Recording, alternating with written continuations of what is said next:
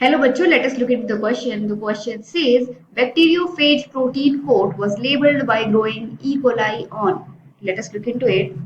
Is that Hershey's and Chase experiment, Hershey's and Chase experiment components. तो इसके अंतर्गत हम बात करेंगे कि basically Hershey's and chase experiment में कंपोनेंट्स क्या थे एंड उनको किस तरीके से यूज किया गया है, एक्सक्लूसिवली किस तरीके से यूज किया गया। Okay, Hershey's and chase experiment basically carry out किया गया था टू नो कि ये जो जेनेटिक मटेरियल है वो डीएनए है या प्रोटीन है।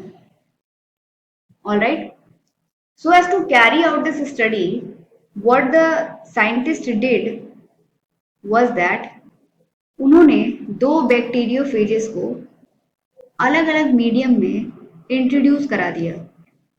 This is bacteriophage 1 and suppose this is bacteriophage 2। This is the neck reason, this is bacteriophage 2। तो इन्हें अलग अलग मीडियम में इंट्रोड्यूस करा दिया, यानी कि इनको अलग मीडियम में ग्रो कराया। And what they did is that they manipulated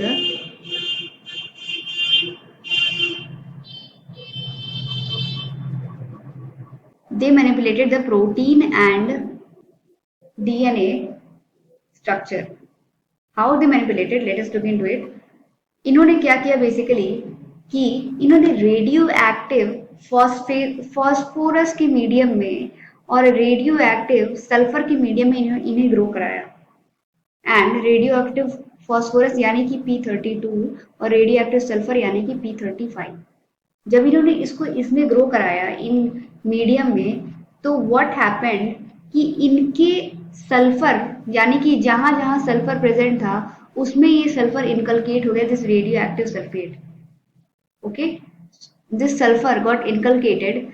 तो बैक्टीरिया में हमें पता है कि जब बैक्टीरियोफेज की जब बात करते हैं तो this is the protein coat and these are the this is the neck region and apart from that ये वो रीजन है जहां पे डीएनए प्रेजेंट रहता है। So this is basically the DNA.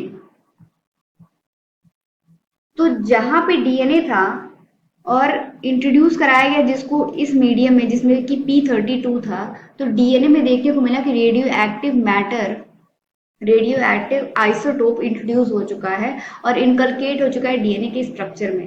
क्योंकि हमें पता है कि डीएनए का एक इंट्रिकेट कंपोनेंट फॉस्फेट भी है, जिसकी वजह से डीएनए पे नेगेटिव चार्ज देखा जाता है।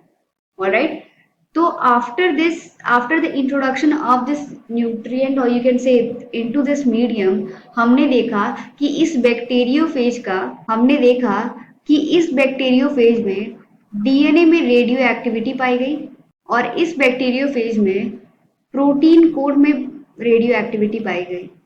Protein code radio activity.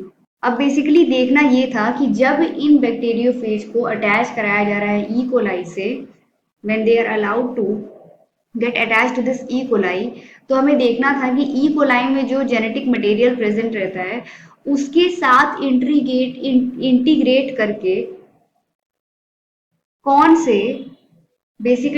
से बैक्टीरियोफेज के genetic material radio activity show करते हैं, क्या पास ऑन हो रहा है, क्या प्रोटीन कोड पास ऑन हो रहा है which consisted of radioactive sulphur, या ये डीएनए पास ऑन हो रहा है जो जिसमें हमने ऐड किया है रेडियो एक्टिव फॉस्फोरस। तो फर्दर जब हमने एक्सपेरिमेंट कैरी आउट किया तो वी सॉ कि दिस P32 containing bacteriophage का genetic material was present in this E. coli, and thus Hershey's and Chase concluded that the genetic material DNA is the genetic material जो कि एक organism से दूसरे organism पास होता है। उसके बाद उन्होंने सेंट्रिफिकेशन कैरी आउट किया of this cell 1 and cell 2 and this bacteriophage. जब बैक्टीरियोफेज का हमने सेंट्रिफिकेशन कैरी आउट किया तो इन दिस केस जो बैक्टीरियोफेज जिनमें रेडियो एक्टिव सब्सटेंस रह गया था उनमें हमने देखा कि जो सुपर नेटेंट लेयर है वहां पे रेडियो एक्टिविटी शो हो रही है इन दिस केस, दिस बैक्टीरियोफेज 2 में, बैक्टीरियोफेज 2 के जब सेंट्रिफिकेशन कराते हैं। और वहीं जब हम बैक्टीरियोफेज 1 का सेंट्रिफिकेशन कराते हैं तो हम देखते हैं कि सुपर नेटेंट में कोई भी हमें रेडियो एक्टिविटी देखने को नहीं मिल रही, यानी कि बैक्टीरियोफेज 1 का जो रेडियो एक्टिविटी सब्सटेंस था, आइसोटोप था, वो पास ऑन हो चुका है ई कोलाई की जेनेटिक मटेरियल में और इंट्रीगेट करके वो वहां से रेप्लिकेट कर जाता है and thereby he the bacteriophage multiplies. और ये कंक्लूजन निकला कि DNA is a genetic material. Alright, now we can say bacteriophage protein coat was labeled by growing E. coli on। Protein code की जब हमने बात की तो प्रोटीन में हमें पता है कि प्रोटीन का एक इंट्रिकेट पार्ट है sulphur, which is not present in DNA in any form. So radioactive 35, radioactive sulfur 35 use किया गया था इस केस में। Now we can conclude that option A is the right answer. Hope you all understood. All the best.